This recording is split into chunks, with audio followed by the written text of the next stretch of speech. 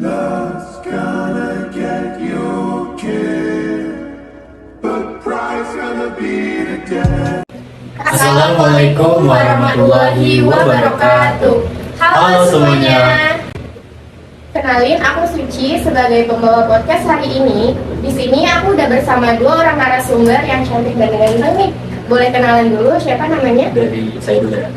Halo semuanya, saya Robi. Di sini saya sebagai narasumber dari versi film. Halo semuanya, saya Putri. Di sini saya sebagai narasumber dari versi novel.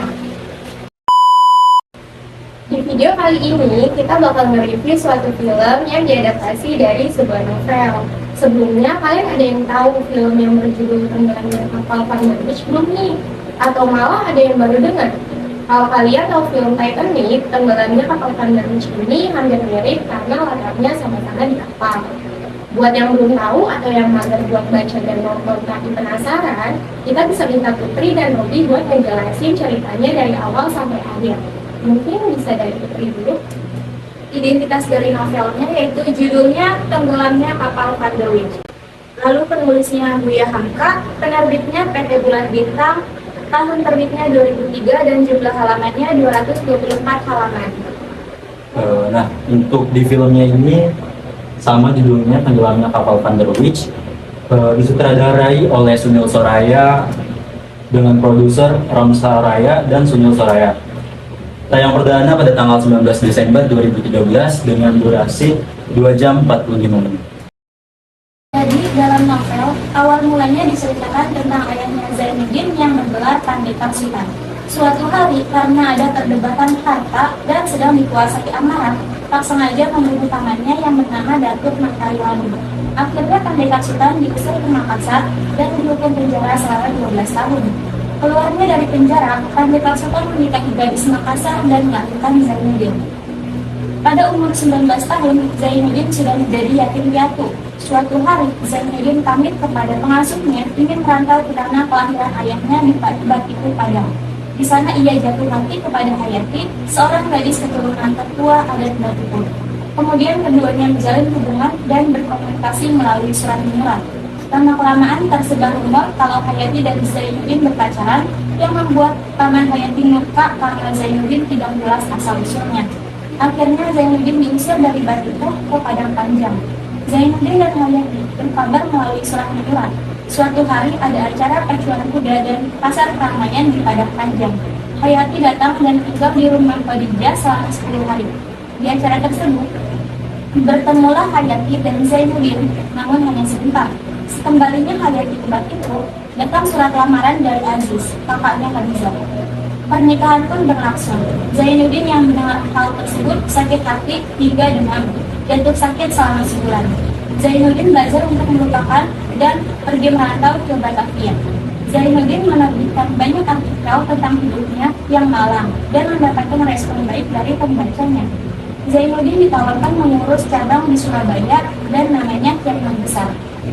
Aziz dipindah tugaskan ke Surabaya, lalu diundang Zainuddin di acara opera karyanya.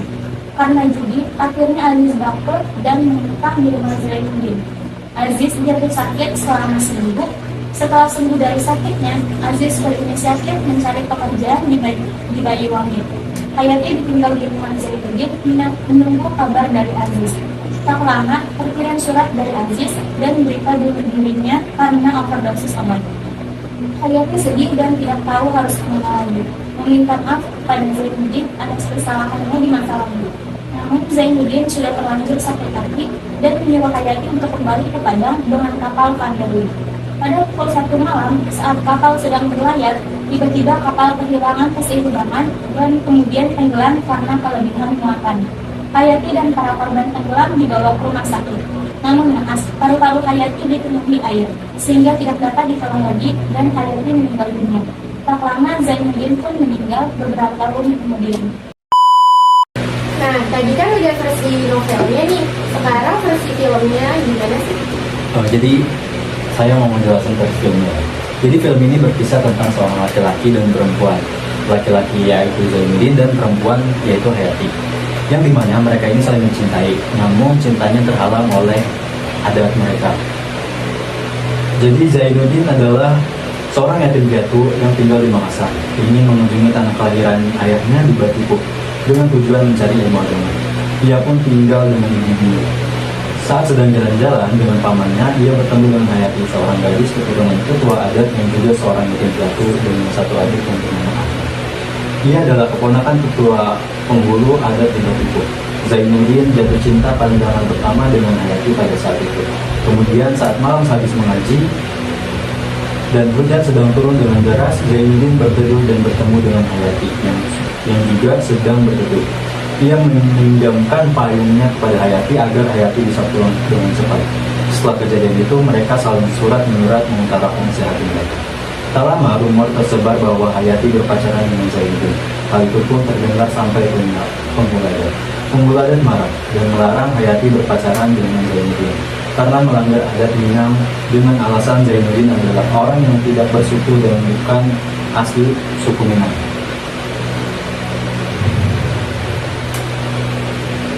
Ia yatim piatu dan juga miskin. Semakin tersebarlah rumor tersebut hingga Zainuddin dijauhi oleh semua orang. Zainuddin pun dibuang ke padang panjang. Zainuddin dan Hayati bertemu di tepi danau. Hayati pun berjanji dengan Zainuddin akan menunggunya sampai ke pantai. Saat itu ada lomba pacu kuda di padang panjang. Hayati pergi dengan tujuan bertemu Zainuddin. Ia tinggal di rumah sahabatnya bernama Khadijah. Di sana dia bertemu dengan Aziz, abangnya Khadijah.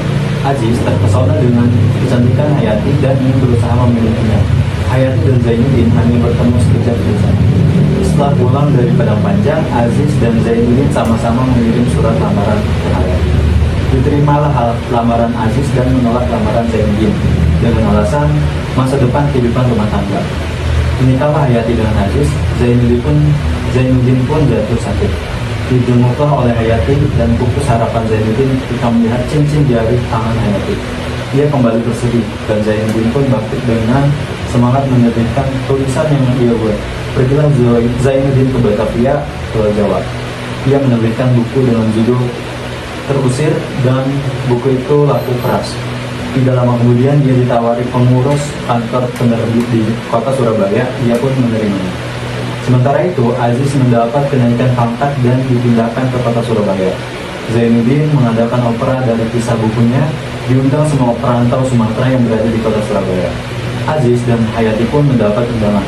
Mereka datang dan bertemu Zainuddin yang telah mengubah namanya menjadi Sabil. Tak lama setelah Aziz berpindah ke Surabaya, ia bangkrut karena terus berjudi dan hutangnya menumpuk.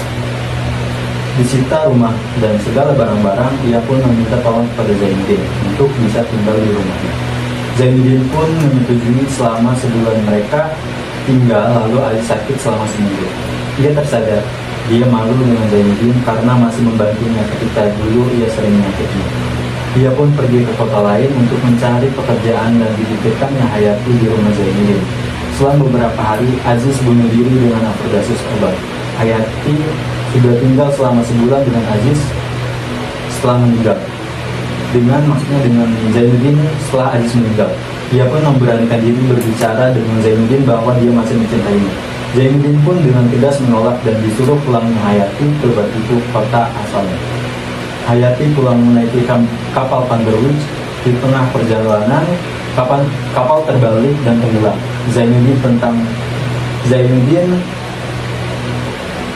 Tentang perasaannya hingga kini. Zainuddin membaca dan dia sadar bahwa dirinya masih mencintai Hayati. Berniat menyusul Hayati, tetapi mendengar tenggelamnya kapal Panderwich, mereka membuat Zainuddin pergi ke rumah sakit karena korban sudah ditemukan dan berada di rumah sakit. Zainuddin bertemu dengan Hayati yang kondisinya tidak baik-baik saja. Ia mengaku ke Hayati bahwa ia pun masih mencintainya. Begitupun sebaliknya, Hayati berbicara seperti itu juga. Setelah itu, Hayati meminta dibacakan kalimat syahadat. Zainuddin pun menurutinya. Hayati pun meninggal dunia sebagai korban tenggelamnya kapal Panderwich. Setelah kematian Hayati, Zainuddin menerbitkan tulisan dengan judul Tenggelamnya Kapal Panderwich di Surabaya. Di rumah Zainuddin dijadikan panti asuhan bernama Panti Asuhan Hayati.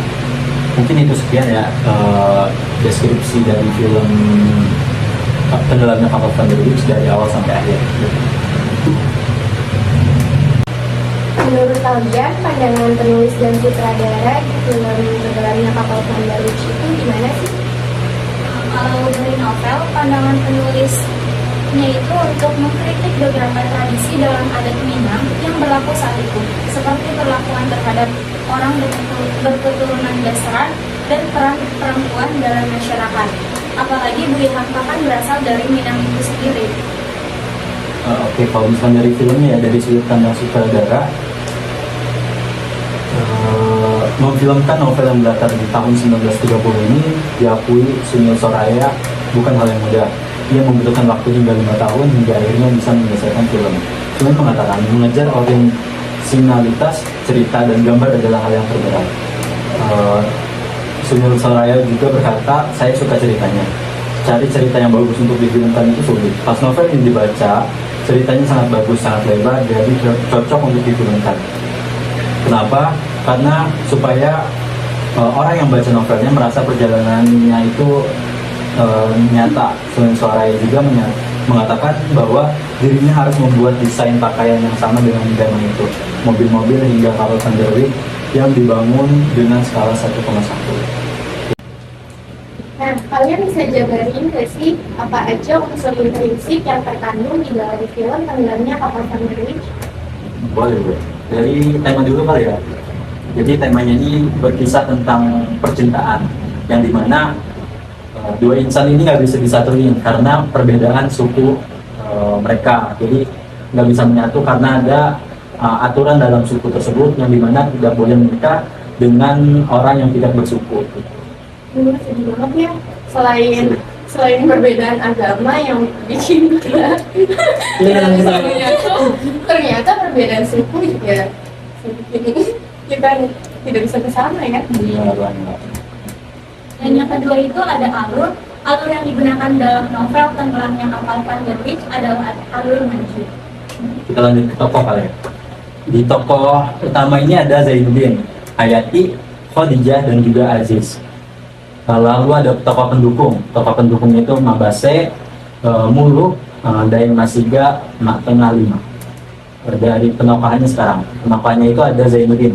Zainuddin ini protagonis ya. Zainuddin ini adalah pemuda yang baik, alim, peduli, taat, dan sabar. Cita-citanya adalah tinggi, cerdas, menghargai orang lain, orang yang sangat menghormati orang tuanya. Selanjutnya dari Hayati. Hayati juga protagonis. Hayati ini adalah wanita yang cantik, lemah lembut, pendiam, penurut hingga tidak bisa melawan, memiliki sifat setia, sabar. Hayati juga menghormati orang tuanya. Selanjutnya Aziz, seorang pemuda yang kaya raya, orang terpandang namun boros, kasar, tidak setia, tidak memiliki tujuan hidup, orang yang tidak beriman, putus asa, dan melantarkan istri. Selanjutnya ada Khadijah, yaitu adik dari Aziz, perempuan yang berpendidikan, keras, dan suka mempengaruhi orang lain. Di sudut pandang untuk Sudut pandang yang digunakan adalah sudut pandang orang ketiga. ya. Lanjut ya ke latar atau setting. Yang pertama latar tempat, Mengkasar, tempat lahir Zainuddin. Terus ada Dusun Bakipu, tempat lahirnya Hayati dan juga bertemunya Zainuddin dengan Hayati. Selanjutnya ada Batavia atau Jakarta, tempat Muluk dan Zainuddin pertama kali pindah ke Jawa atau merantau. Selanjutnya Surabaya, tempat Zainuddin dan Muluk bekerja setelah pergi dari Dusun Bakipu. Lanjut ke latar waktu. Latar waktunya itu siang, tidak begitu jelas di dalam novel tentang latar waktu. Latar suasana, senang ketika Hayati menerima cinta Zainuddin.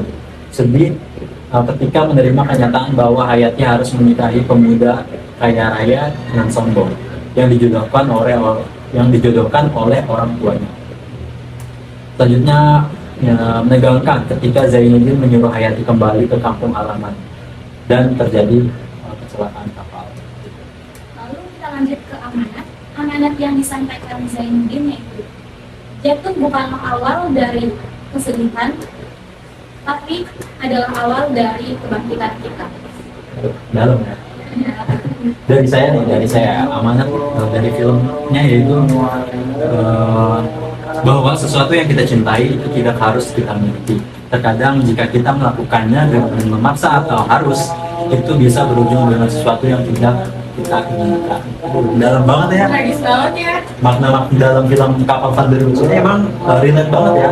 Sama kehidupan para remaja sekarang ya. Iya bener banget. Terus ini siapa nih yang bisa cintanya tragis juga kayak Hayati dan Zainuddin? Nah, siapa ya? Oh, udah. Nah, menurut kalian nih, setelah membaca dan menonton film Tenggelamnya Kapal Van der Witch, apa aja sih kelebihan dan kekurangan filmnya? Dari saya dulu ya. Jadi yang pertama itu dalam durasi awal itu kayak kan ada pembukaan kayak bahasa-bahasa Minang itu kayak terlalu cepat intonasinya, jadi si penonton ini kayak kurang paham gitu, apalagi subtitlenya juga masih bahasa-bahasa apa ya, berat gitu istilahnya. Terus selanjutnya pas waktu kapal tenggelam itu nggak dijelasin kenapa kapal itu bisa tenggelam. Jadi kayak di filmnya itu kayak udah langsung tenggelam aja gitu, nggak ada apa ya, cuplikan-cuplikan sebelum kapal itu tenggelam. Terus nggak dijelasin juga tempat tenggelamnya kapalnya itu nggak dijelasin. Terus pas di rumah sakit juga nggak dijelasin itu rumah sakit apa pas waktu si Hayati setelah dirawat. Jadi pas waktu tenggelam kapalnya udah tenggelam nggak dijelasin si Hayati ini masuk rumah sakit apa.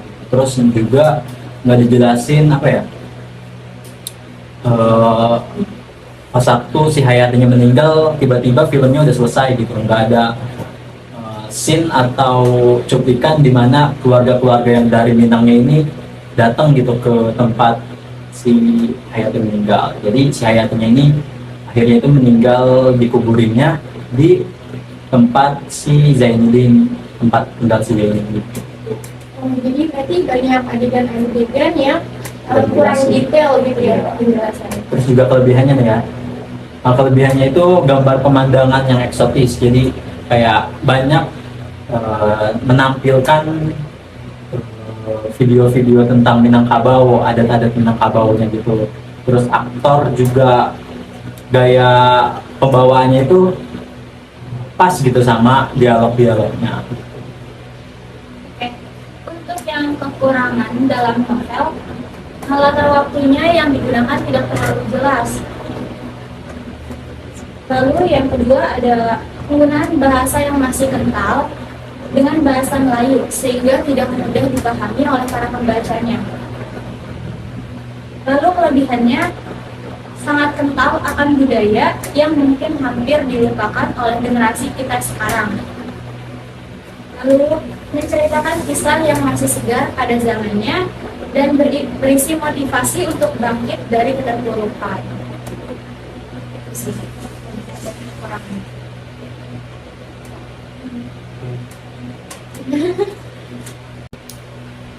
Nah, aku kepo nih, kalau Putri sebagai seorang perempuan nih, kalau ada di posisi Hayati, apa yang bakal dilakukan? Yang pastinya susah sih ya kalau ada di posisi Hayati. Meskipun Aziz anak orang kaya, direstuin sama para tetua Hayati, tapi sikapnya itu nggak bagus banget buat jadi suami. Kalau Zainuddin sikapnya bagus, tapi gak direstuin sama para tetua, lalu dia juga miskin kan. Jadi yang pasti-pasti aja minta sama Allah buat turunin satu orang yang lengkap gitulah, sempurna. Nggak ada yang sempurna sih. Sholat istiqoroh ya? Iya. Dari yang sempurna itu nggak ada, Iya. kita harus menyempurnakan yang ada. Kelas. Kelas dong. Nah, buat Robi nih sebagai laki-laki, kalau di posisi Zainuddin itu apa yang bakal kamu lakuin? Nggak banyak sih, kurang lebih ya semua pikiran cowok itu sama ya. Kayak bakalan, kalau misalnya saya ada di posisi Zainuddin, kurang lebih juga sama gitu. Tindakan-tindakan yang diambil Zainuddin juga bakal saya contoh gitu. Jadi Zainuddin itu mengambil keputusan yang tepat, cuman emang posisinya itu kurang kurang pas aja gitu. Itu sih. Terus juga kenapa nggak cari cewek lain gitu selain Hayati? Karena pada sejatinya kalau cowok udah fokus sama satu orang, kita nggak bakalan fokus ke yang lain gitu. Jadi ya tetap satu aja gitu. Hanya satu orang gitu lah. Paling dari cowok-cowok emang benar ya. Kalau tipe cowok-cowok kan beda-beda gitu ya. Jadi tipe si Zainuddin ini orangnya emang setia gitu. Jadi nggak bisa berpaling sama orang-orang yang dia cintai gitu. Menurut kalian nih, kalau di rating dari 1 sampai 10, film Tenggelamnya Kapal Van der Wijk ini berapa? Dari sebelum saya, jadi rating dari film ini menurut saya 9/10 ya, karena dari ceritanya bagus, alurnya bagus, terus latar-latarnya bagus, endingnya juga bikin menegangkan gitu, bikin tertantang lah buat nonton gitu. Terus kita Kalau dari aku, ratingnya aku kasih buat novel Tenggelamnya Kapal Van der Wijk ini 9,5 dari 10. Alasannya karena banyak kata-kata yang menyentuh hati, ceritanya juga bagus, nggak bosenin. Ya, itu aja sih. Jadi kalian bakal merekomendasiin film ini ke teman-teman kalian? ini dari Yang saya sih bakal rekomendasiin ini buat kalian yang punya waktu luang untuk menonton atau membaca novel Tenggelamnya Kapal Van der Wijk. Iya, kalau saya juga sama, bakalan rekomendasiin film Tenggelamnya Kapal Van der Wijk ini ke teman-teman, karena yang pertama kisah-kisahnya itu inspiratif, terus kita dapat mengambil nilai-nilai, baik itu nilai agama, moral, dan lain-lain, bisa kita contoh dari film ini. Terus juga bahasa, kita bisa tahu gitu budaya-budaya dari daerah Minangkabau gitu. Jadi nggak cuma tentang percintaan aja yang kita dapat dari film ini, kita juga bisa dapat nilai-nilai budaya, kayak kita bisa tahu Minangkabau itu kayak gimana, ada gitu. Seru banget ya nge-review hari ini. Banget. Ya, mungkin gitu aja review tentang novel dan film Tenggelamnya Kapal Van der Wijk hari ini. Kurang lebihnya mohon maaf. Maaf kalau ada kata-kata yang kurang mengenakan. Kurang lebihnya mohon maaf.